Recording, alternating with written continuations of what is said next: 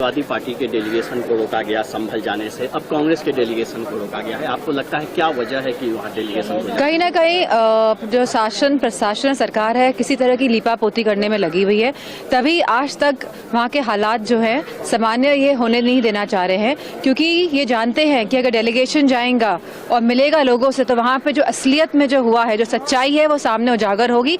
इसीलिए ये लोग चाह रहे हैं कि जितनी देरी हो जाए उतना ही बढ़िया अच्छा है भाजपा के लिए। लेकिन बार बार वहाँ का एडमिनिस्ट्रेशन कह रहा है कि 10 तारीख तक जब एडमिनिस्ट्रेशन ही पूरे इस प्रणाली में इन्वॉल्व है, जहां हमने देखा कि किस तरह एडमिनिस्ट्रेशन के द्वारा इस तरह की हरकत को अंजाम दिया गया और जो सौहार्द है वो उसको बिगाड़ा गया है। और मैं समझती हूँ कहीं ना कहीं ये नेशनल इशू भी है, क्योंकि जो भाईचारे का जो पूरा व्यवहार पूरे देश में है, इसको कहीं ना कहीं भारतीय जनता पार्टी के लोग बिगाड़ना चाहते हैं अपनी वोट बैंक की राजनीति के लिए।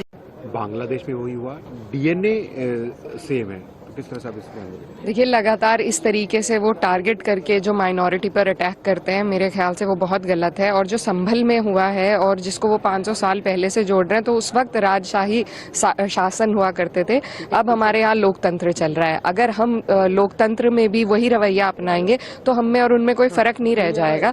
तो आज डेमोक्रेसी है, हमारे पास कॉन्स्टिट्यूशन है, कॉन्स्टिट्यूशन के आधार पर देश चलना चाहिए। तो वो जिस तरीके से तानाशाही की तरफ जाना चाह रहे हैं तो ये गलत है, उनको कॉन्स्टिट्यूशन का ध्यान रखना चाहिए। मैम, अयोध्या